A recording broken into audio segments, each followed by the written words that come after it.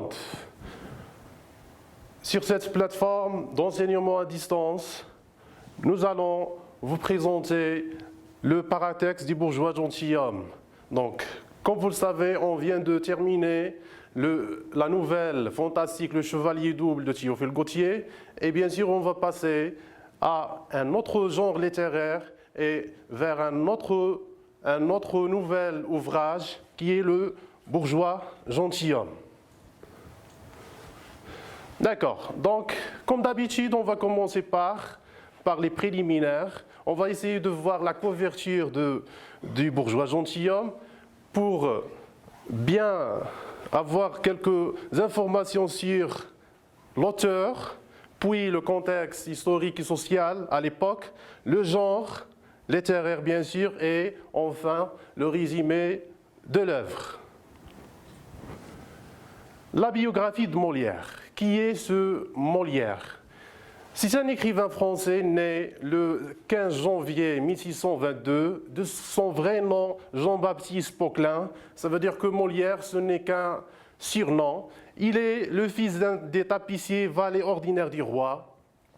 Il voulait faire du théâtre. Il rencontre la famille de comédiens de Madeleine Béjart et le 13 juin 1643, il fonde pour la première fois une troupe à laquelle il donne le nom de l'illustre théâtre. Malheureusement, les représentations à Paris firent des échecs. Il décide, une autre fois, de prendre la tête d'une troupe de comédiens de province. Et il prend le pseudonyme, ça veut dire le surnom de Molière, en 1650, et il connaît enfin quelques succès. Pour la première fois, il va jouer devant Louis XIV et c'est en 1658, ce dernier mettra à sa disposition la salle du Palais Royal. Son théâtre est généralement comique, son genre favori est la farce. Il écrit beaucoup de pièces. Vous avez, à titre d'exemple, vous avez Tartuffe, c'est écrit en 1664, Don Juan 1665, L'Avare 1668, Les Précieuses ridicules 1659, Le médecin malgré lui 1666, Les femmes savantes 1672. En 1665, il tombe malade de la tuberculose et accablé par des difficultés de tout ordre, il meurt le 21 février 1673, quelques heures après avoir joué sa nouvelle comédie « Le malade imaginaire ». Donc j'espère que vous avez bien retenu, d'accord, les détails et les informations les plus importantes. Nous allons maintenant passer au contexte. Donc, comme vous savez, toute œuvre est soumise à son contexte. Et voilà, je vous propose quelques dates importantes dans le XVIIe siècle. Donc, vous avez la première date très importante, c'est la fondation de l'Académie française. Et si vous allez chercher sur Internet, vous allez voir que l'Académie française, c'est un établissement qui s'occupe de la langue française, de sa pureté, d'accord, et qui vont confectionner un dictionnaire pour la langue française. 1643, Louis XIV, le roi Soleil, va commencer son règne, d'accord, et puis en 1697, le premier dictionnaire de la langue française. Dans cette époque, nous devons aussi savoir les écrivains de l'époque. Vous avez comme exemple Nicolas Boileau qui a écrit l'art poétique, et vous avez Pierre Corneille qui a écrit aussi le Cid, vous avez Jean de La Fontaine, bien sûr avec son recueil célèbre, les fables, et enfin Jean Racine qui a écrit beaucoup de tragédies, et parmi ces tragédies vous avez Phèdre. Pour aussi bien comprendre le contexte social à l'époque, il faut tout d'abord voir la pyramide sociale à l'époque. Vous avez donc une pyramide qui est faite de 4 classes, d'accord, 4 catégories. Vous avez le clergé qui sont les hommes de l'Église, bien sûr des gens qui travaillent à l'Église, d'accord, et bien sûr vous avez le plus haut grade, c'est le pape. Puis la noblesse, bien sûr qui a une relation avec l'œuvre qu'on va étudier. La noblesse, ce sont les gentilshommes, ce sont les gens de qualité de la société à l'époque. Et on trouve parmi cette catégorie, on trouve la famille royale, les princes, les ducs, les marquis, les barons, les dons, d'accord? La bourgeoisie, donc ce n'est pas comme aujourd'hui. La bourgeoisie avait une autre, si vous voulez, c'est une autre notion, d'accord? Et dans cette bourgeoisie, il y avait quatre bourgeoisies, 4 catégories de bourgeoisie. Vous avez la bourgeoisie administrative, la bourgeoisie marchande, vous avez la bourgeoisie de finance, puis la dernière catégorie, à savoir, c'est le peuple. Bien sûr, c'est une classe qui est faite essentiellement des paysans et des ouvriers.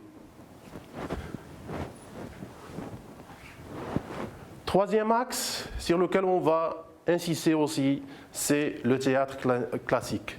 Bien sûr, c'est le genre de la pièce, d'accord? Et d'abord, on se met d'accord sur la polysémie de ce mot théâtre. Vous avez théâtre qui, dans un premier temps, veut dire édifice, ça veut dire la construction. C'est le bâtiment où on joue les pièces, d'accord?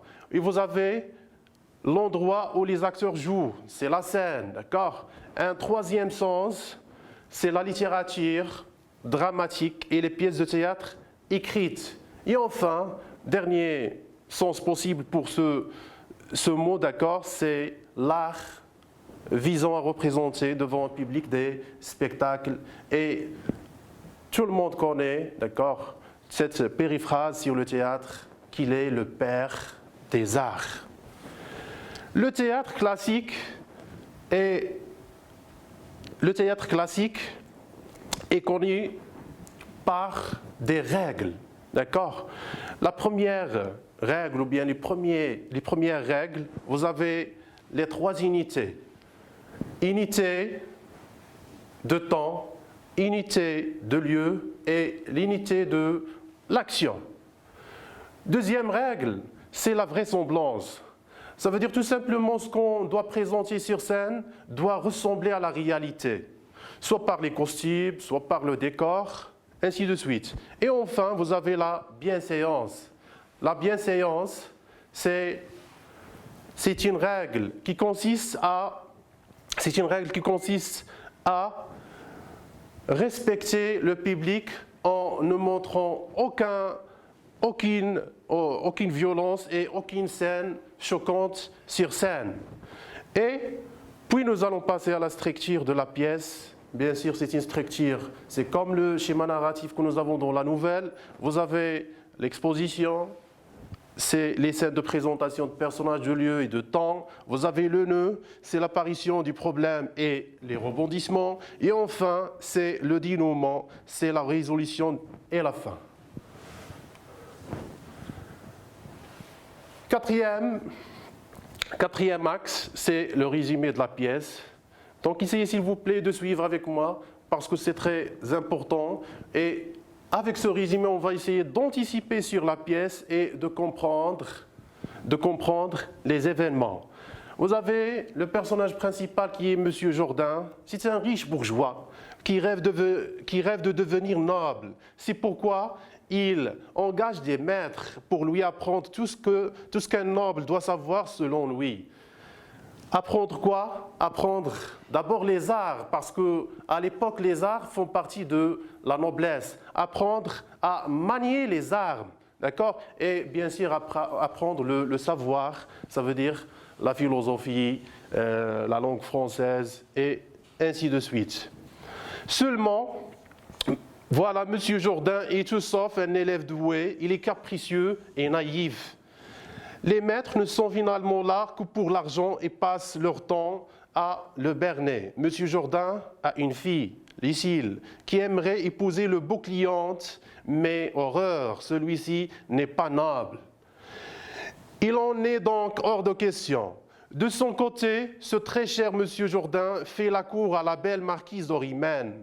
Par double jeu, il essaie de séduire d'Orimène pour lui-même.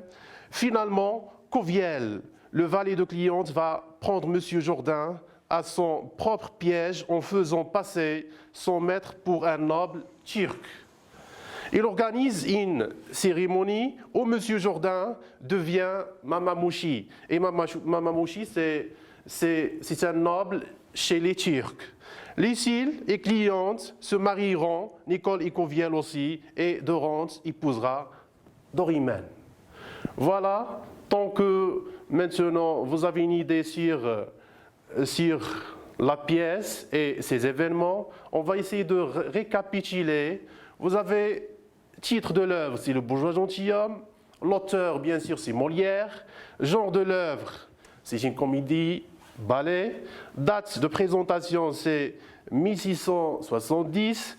Mouvement de l'œuvre, c'est le classicisme. Ça veut dire que c'est le théâtre classique. Nombre d'actes, vous avez 5. Musique de scène, bien sûr, c'est en partenariat avec Lily. Première présentation, c'est à Chambord en 1970 devant le roi Louis XIV. Visée de l'œuvre, c'est critiquer l'ascension sociale de la bourgeoisie à l'époque. Et pour terminer, je vous invite à répondre à ces questions, d'accord? Ces questions qui vont nous aider à anticiper sur l'œuvre. Où et quand l'histoire se passerait-elle? Qui seraient les personnages? Quels problèmes la pièce mettrait-elle en scène? Comment un bourgeois pourrait-il devenir gentilhomme? Monsieur Jourdain réaliserait-il son ambition? Et enfin, comment le dénouement serait-il? Merci pour votre attention.